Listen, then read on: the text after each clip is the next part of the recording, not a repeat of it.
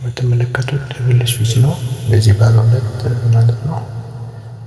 ደብል ስዊች ማለት ሁለት አምፖሎች አንድ ላይ የምንቆጣጠርበት አንድ ስካቶላ ላይ አድርገን የምትመለከቱት ነው። ቤዙ ላይ ደግሞ እንደዚህ ሻንት እናደርጋለን። በተኑ ላይ እንደምታዩት ቤዙን ሻንት እናደርጋለን። ያው ገመዶች ደግሞ እዚህ ጋር እንዳሉት ናቸው።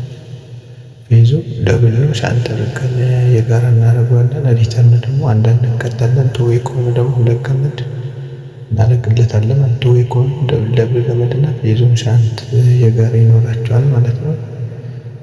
አንዳንድ ከሆነ ደግሞ አንዳንድ ሪተርን እናደርጋለን። ቤዙ ሻንት ስናደርግለት ይበራል፣ ይጠፋልናል ማለት ነው። እንደዚህ እንደምትመለከቱት አሁን ይሄ ሁለቱ ቱዌይ ስለሆነ ሁለት ቦታ መቆጣጠሪያ ስላላቸው ፌዙ የጋራ ይሆናል ማለት ነው።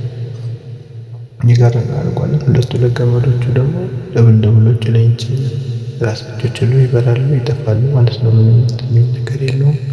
ያው እንደምታዩት ነው ዋርኒንግ ዲያግራሙ። ያው ለጀማሪዎች ነው። አመሰግናለሁ።